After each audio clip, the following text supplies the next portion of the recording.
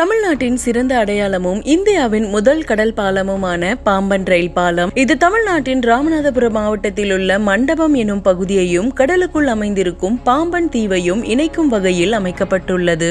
இந்த பாலம் கட்டப்படுவதற்கு முன்பு மண்டபத்தில் இருந்து ராமேஸ்வரம் செல்வதற்கு படகு மூலமாகவோ அல்லது பரிசல் மூலமாகவோ தான் செல்லும் நிலை இருந்தது.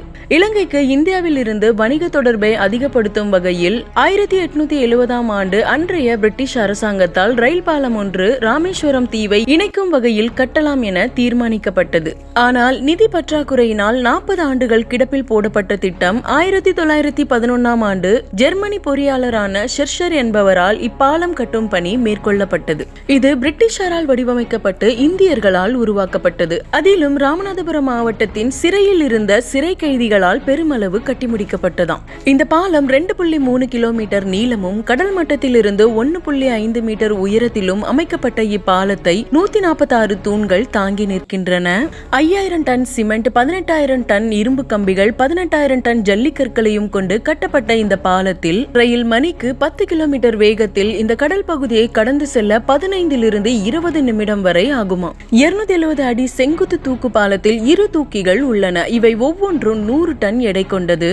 இதை 8 தொழிலாளர்கள் சேர்ந்து கப்பிகள் சுற்றப்பட்டு கப்பல் போக்குவரத்திற்காக திறந்து விடப்படுமா. இப்பாலம் கடல் நீரால் துருப்பிடிக்காமல் இருக்க அலுமினிய பெயிண்ட் அடிக்கப்பட்டு பாதுகாக்கப்பட்ட இந்த பாம்பன் பாலம் இந்தியாவின் முதல் கடல் பாலம் என்ற பெருமை மட்டும் இல்லாம நாட்டின் 2வது நீளமான கடல் பாலம் என்ற சிறப்பும் உண்டு.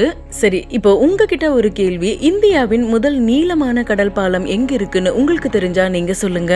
சென்னையிலிருந்து தனுஷ்கோடி வரை செல்லும் இந்த ரயில் எந்தவித தொழில்நுட்பமும் இல்லாத காலத்தில் 3 வருட கட்டுமானத்திற்கு பிறகு 1914ஆம் ஆண்டு பிப்ரவரி 24ஆம் தேதி பாம்பன் தன் முதல் ரயில் பயணத்தை தொடங்கியது. 1914ஆம் ஆண்டு தொடங்கிய பாம்பன் பாலத்தின் பயணம் முடிவுக்கு வரும் விதமா 1964ஆம் ஆண்டு வங்கக்கடல்ல ஏற்பட்ட புயலால் பாம்பன் பாலம் முற்றிலுமா சிதிலமடைந்தது. பின்பு மெட்ரோமேன் என அழைக்கப்படும் ஸ்ரீதரன் என்பவரால் புயலால் பாதிக்கப்பட்டு கடலில் விழுந்த பாம்பன் பாலத்தின் சில பாகங்களை கடலில் இருந்து தேடி எடுத்து மறு கட்டுமானம் செய்து பாம்பன் பாலத்தின் பயணத்தை மீண்டும் தொடங்கி வைத்தார். இந்த பெரும் புயல் மட்டும் இல்லாம பல்வேறு இயற்கை சீற்றங்களையும் கடல் அரிப்பையும் தாங்கி 108 ஆண்டுகளாக பல கோடி மக்களின் போக்குவரத்து தேவையை பூர்த்தி செய்யும் வகையில் இருந்ததுதான் பாம்பன் பாலம்.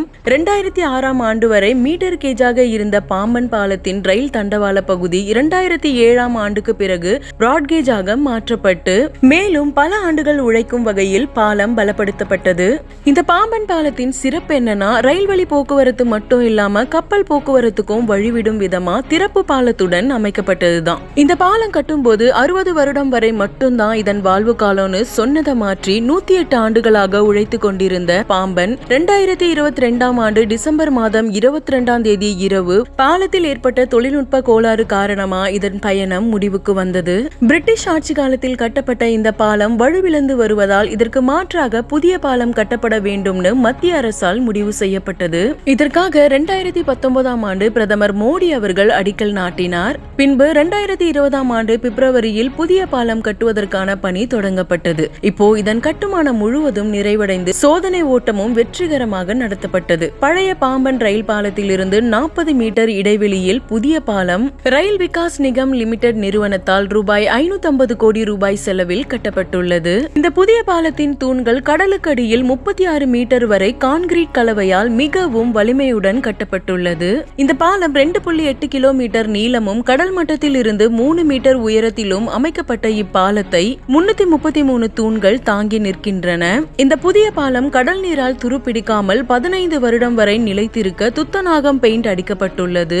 மணிக்கு 80 கிலோமீட்டர் வேகத்தில் செல்லும் இந்த ரயில் கடல் பகுதியை 2 to 3 நிமிடத்திற்குள் கடந்து விடுமா.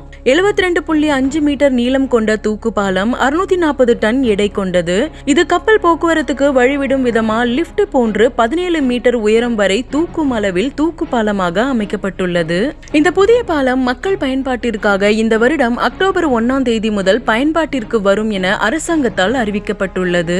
அது மட்டும் இல்லாம இந்த பழைய பாம்பன் பாலம் இடிக்கப்பட போவதாகவும் அறிவிக்கப்பட்டுள்ளது. ஆனால் இந்த பாம்பன் பாலத்தை சுற்றியுள்ள மக்களின் வேண்டுகோள் என்னன்னா, இந்த பாலத்தை இடிக்காமல் பாதுகாத்து இதை நினைவு சின்னமாக அறிவிக்கப்பட வேண்டும் என்பதுதான். இத பத்தி நீங்க என்ன நினைக்கிறீங்கன்னு மறக்காம கமெண்ட் பண்ணுங்க. வீடியோ பிடிச்சிருந்தா வீடியோக்கு ஒரு லைக் பண்ணி மறக்காம சேனலையும் சப்ஸ்கிரைப் பண்ணிடுங்க. தேங்க்ஸ் ஃபார் வாட்சிங்.